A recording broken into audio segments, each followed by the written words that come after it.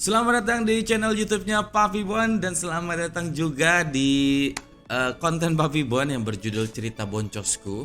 Nah, di video kali ini gue akan bercerita gimana sih rasanya kita ditinggal supplier ketika kita menjalankan bisnis dropship. Nah, buat teman-teman yang belum nonton episode sebelumnya, boleh banget ya tinggal klik aja link di atas. Dan buat teman-teman gue minta tolong untuk klik subscribe-nya dan nyalakan loncengnya. Jadi ketika gue upload video baru kalian dapat notifikasinya. Oke, gue akan bercerita tentang keboncosan gue kali ini, yaitu gue ditinggal supplier ketika gue menjalankan bisnis dropship. Nah, ini cerita ketika gue pertama kali jualan online. Pada saat itu gue jualannya masih di FJB Kaskus ya, dan gue mendapatkan suppliernya pun dari Kaskus. Kenapa Kaskus? Karena dulu gue seneng banget ya mampir di forum bisnisnya Kaskus. Jadi kita bisa lihat tuh bisnis-bisnis yang lagi booming pada saat itu. Terus ada supplier juga kita bisa hubungin. Dan kebetulan gue mendapatkan supplier baju import branded pada saat itu. Nah, akhirnya gue jualan di FJP Kaskus dan Facebook gue. Oke, singkat cerita adalah gue mendapatkan supplier ini yang dimana pada saat itu sangat jarang sekali bisa menggunakan metode dropship. Jadi yang banyak itu adalah reseller. Nah, bedanya dropship dan reseller itu apa? Ini sepengetahuan gue ya, bedanya dropship dan reseller. Jadi menurut gue dropship itu adalah kita tidak perlu menyetok barang. Kedua, ketika ada orderan, kita kirim orderan tersebut ke supplier. Jadi supplier tersebut yang akan mengirim barang kita. Jadi kita juga tidak perlu packing. Tugas kita hanya mempromosikan barang supplier kita. Bisa berupa foto atau kita beli dulu barangnya untuk kita pakai. Sambil kita pakai, kita foto sendiri, habis itu kita promosikan. Nanti ketika ada order, kita kabarin supplier kita, nanti supplier kita yang memproses paket tersebut sampai ke customer. Nah, untuk reseller ini adalah menurut gue kita harus mempunyai barang, alias kita harus beli dulu ya untuk sebagai reseller. Keuntungannya apa? Keuntungannya adalah kita bisa mengecek kualitas produk tersebut. Kedua, biasanya untuk metode reseller itu marginnya atau keuntungannya lebih tinggi daripada dropship. Gitu. Bukan berarti dropship juga tidak bisa cuan gede ya. Kalau kalian bisa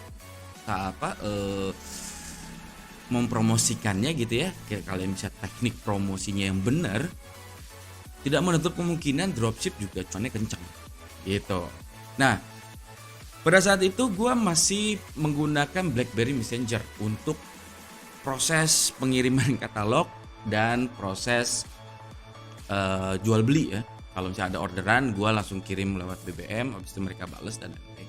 Nah, kurangnya adalah pada saat itu dunia online ini atau internet tidak sebagus era-era sekarang ya.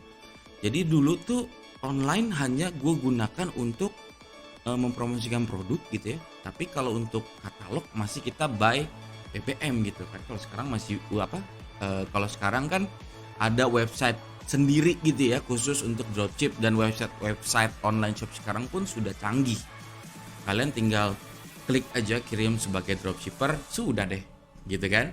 Kalau dulu tidak seperti itu. Dulu itu masih semi online menurut gue ya. Maksudnya semi online semi apa ya? Ya mungkin masih peralihan kali ya dari offline ke online gitu. Jadi tidak terlalu banyak pada saat itu website yang menyajikan atau yang bisa menggunakan metode dropship ini gitu ya. Nah, kenapa gue waktu itu pakai metode dropship? Nah, jadi gue waktu itu kan di video sebelumnya gue cerita tentang toko gue kemalingan. Gue babar blas, udah gue nggak pernah buka usaha lagi, tapi keinginan gue untuk membuka usaha ternyata kenceng banget gitu. Sampai gue ya itu tadi, gue sering nongkrong di FJB Kaskus, gue di forum bisnis Kaskus gitu ya. Sampai gue bikin treat juga di Kaskus gitu kan. Gue seneng banget deh pokoknya sama Kaskus pada saat itu ya, karena kita dapat info banyak banget, terus kita dapat temen network itu dari mana aja.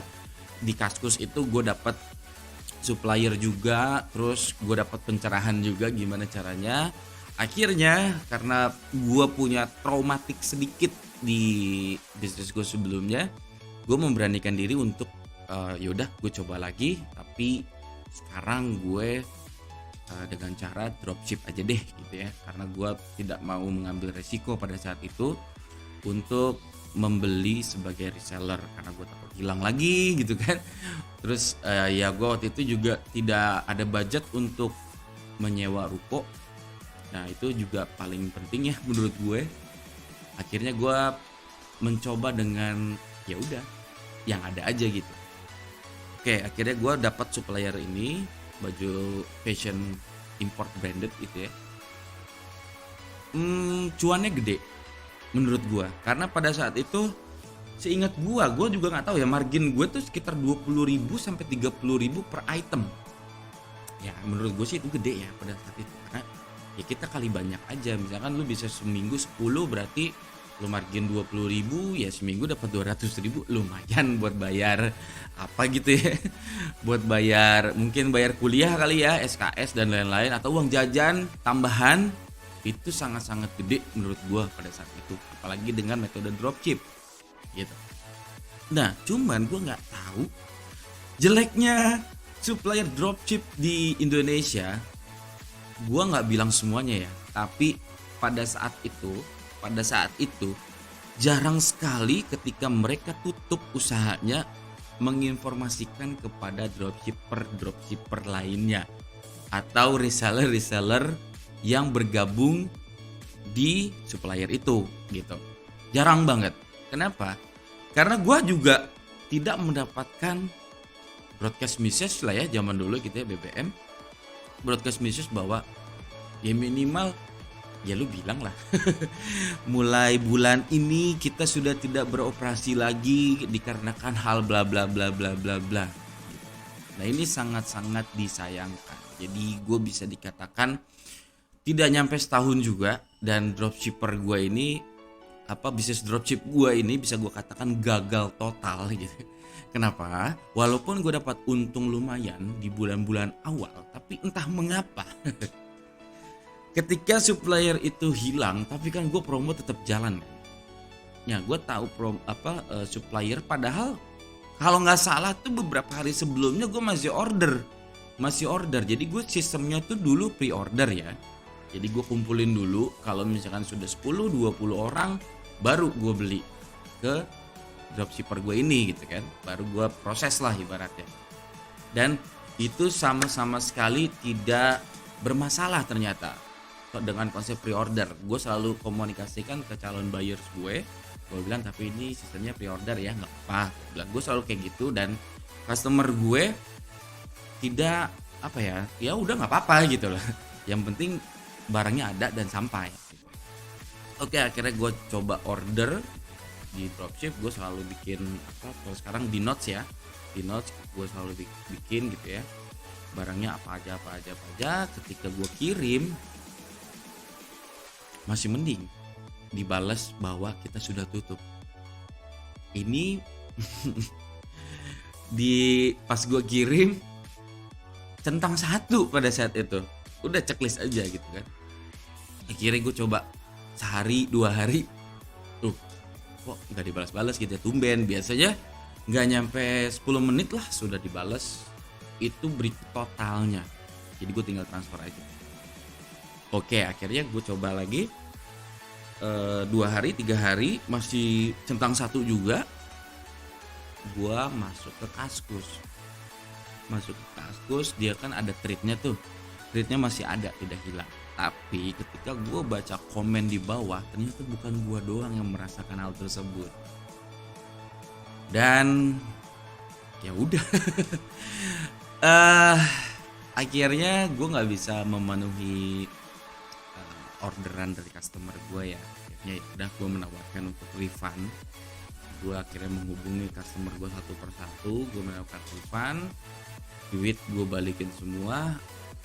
Untungnya dengan konsep seperti ini yaitu tadi, ketika kita tidak mempunyai barang gitu ya, terus kita dropship ini, kita dengan metode dropship, gue sangat bersyukur ketika itu. Kenapa? Karena gue masih bisa untuk membalikan duit customer gue, calon buyers gue.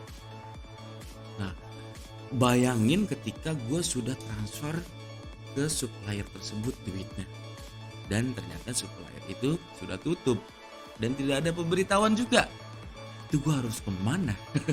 Sedangkan waktu itu gue nggak tahu supplier gue ini tempatnya di mana gitu ya, karena kita kan full online gitu ya.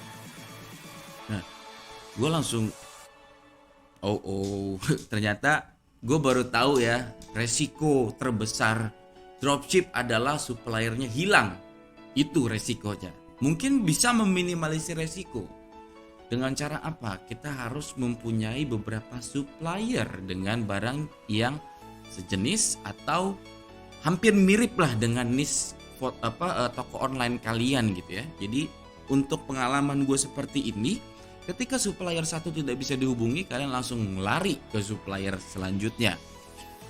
Agar apa? Agar calon buyer sekalian ini tidak kapok untuk beli online sama kalian. Makanya dari situ gue belajar bahwa gue dapet pembelajaran baru. Gue harus mempunyai beberapa supplier. Akhirnya gue coba-coba lagi di Kaskus.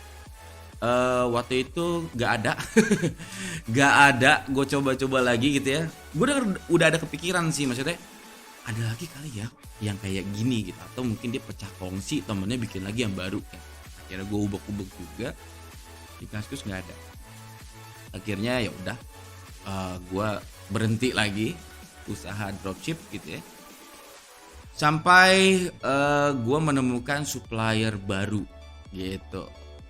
Nah, yang bisa diambil mungkin dalam cerita gue ini yaitu tadi, kalian boleh banget ya, boleh aja dengan metode dropship, boleh.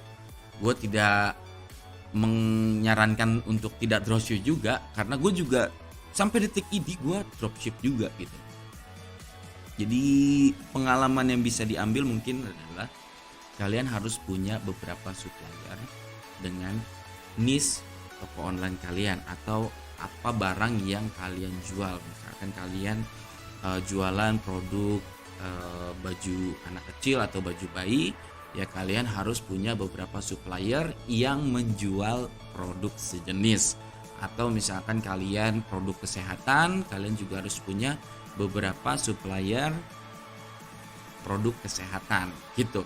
Jadi ketika ada satu supplier yang tidak bisa dihubungi, kalian juga tidak panik, kalian langsung hubungi supplier selanjutnya. Kedua, carilah supplier yang fast respon. Kenapa seperti ini? Karena pengalaman gue di dunia online, mereka pengen dilayani dengan cepat. Kalau lama sedikit juga kadang-kadang ada yang gak bales, ada yang cuma dibaca doang, akhirnya gak jadi beli. Tapi kalau kita fast response, kemungkinan besar untuk membeli barang yang kita promosikan itu lebih tinggi. Nah, carilah supplier yang fast respon. Ketiga, carilah supplier yang memudahkan kita untuk mengorder barang yang mereka punya. Misalkan mereka punya websitenya dengan gampang gitu ya, atau mereka punya CS-nya banyak gitu ya di WhatsApp dan lain-lain. Terus dengan metode mungkin sekarang untuk tahun-tahun sekarang ya, dulu belum ada nih metode AWB gitu ya, airway bill gitu kan. Jadi kalau misalkan kalian jualan di marketplace, kalian tinggal input aja kode booking yang ada di marketplace tersebut, kalian tinggal kirim ke supplier. Itu saat ini sih ada banget ya. Cuman kalau waktu itu karena marketplace juga belum booming, gue masih di Kaskus juga gitu kan. Dan di Kaskus juga nggak ada airway bill, jadi kita masih manual juga.